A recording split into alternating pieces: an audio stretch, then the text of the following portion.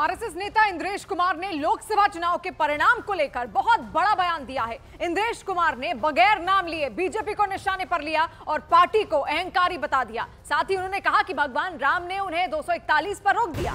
दरअसल लोकसभा चुनाव में बीजेपी को 240 सीटें मिली हैं। साथ ही इंडिया गठबंधन को राम विरोधी कहा। इंद्रेश कुमार ने कहा कि प्रभु राम सभी के साथ न्याय करते हैं, उनका न्याय बहुत विचित्र है, जो 2024 के चुनाव में भी दिखा। आरएसएस नेता ने कहा कि जिन लोगों ने राम की भक्ति की लेकिन उनमें अहंकार आ गया तो उनको प्रभु ने सबसे बड़ी पार्टी तो बनाया लेकिन वो शक्ति और पूरा हक नहीं दिया जो मिलना चाहिए था। ये सब अहंकार के कारण हुआ। इंद्रेश कुमार ने इंडिया गठबंधन को भी घेरा और आगे कहा कि जिन लोगों ने राम का विरोध किया उन्हें भी प्रभु राम ने सबक सिखाया और किसी को शक्ति नहीं मिली। चाहे सब मिलकर लड़े लेकिन वो एक नंबर नहीं बने और 2 पर ही अटक गए। यही प्रभु का न्याय है जो बहुत विचित्र है और आनंददायक है।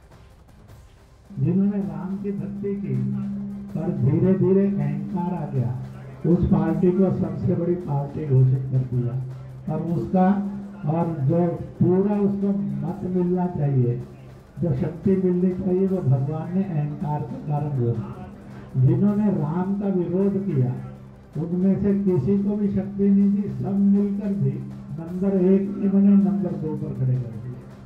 इसलिए प्रभु का न्याय बड़ा विचित्र नहीं है, बड़ा सत्य है, बड़ा आनंददायक है।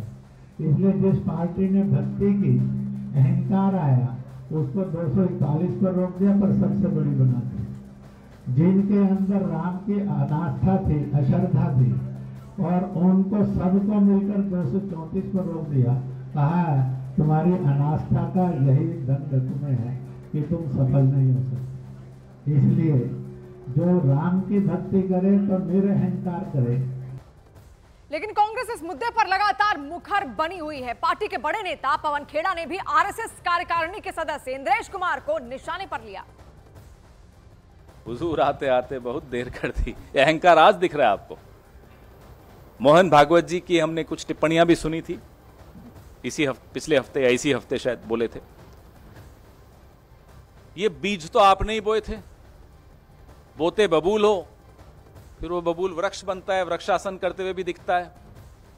देखा था ना परसों वृक्षासन का ट्वीट आया था प्रधानमंत्री का। फिर आप सोचते हो उस वृक्ष से आम निकलेंगे, तो वो तो हो नहीं सकता। जब मणिपुर पे चुप थे प्रधानमंत्री तब बोले क्या मोहन भागवत जी? ने याद दिलाया कि आपका ये राजधर्म है, आपको बोलना चाहिए।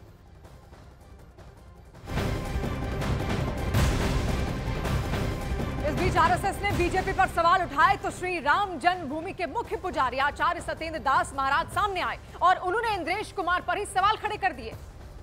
तो यहां पर लगातार किस तरीके से आरएसएस नेता के बयान के बाद से अब कई सारे सवाल भी उठने लगे हैं और आरएसएस ने बीजेपी पर जब सवाल उठाए तो श्री राम जन्मभूमि के मुख्य पुजारी आचार्य सत्येंद्र दास महाराज भी सामने आए और उन्होंने इंद्रेश कुमार पर ही सवाल खड़े कर दिए। इंद्रेश कुमार ने जो कहा उसके बाद से अब कई तरीके की प्रतिक्रियाएं इसको लेकर सामने आ रही हैं। मुसलमान ने भाजपा को वोट दिया ही नहीं और वो चाहते थे कि पहले ही प्रयास बहुत दिनों से करते रहे कि हिंदू मुसलमान की एकता हो जाए और मुसलमान यह जो भाजपा है, भाजपा को वोट दें जिससे कि इनकी विजय हो ऐसा प्रयास करते रहे। लेकिन इसमें स्वयं इंद्रेश जी असफल हो गए। इसलिए वो आरोप, अपने असफल होने का आरोप भाजपा पर लगाते हैं। 241 यदि सांसद उनके हो गए हैं तो ये कम नहीं है, बहुत है।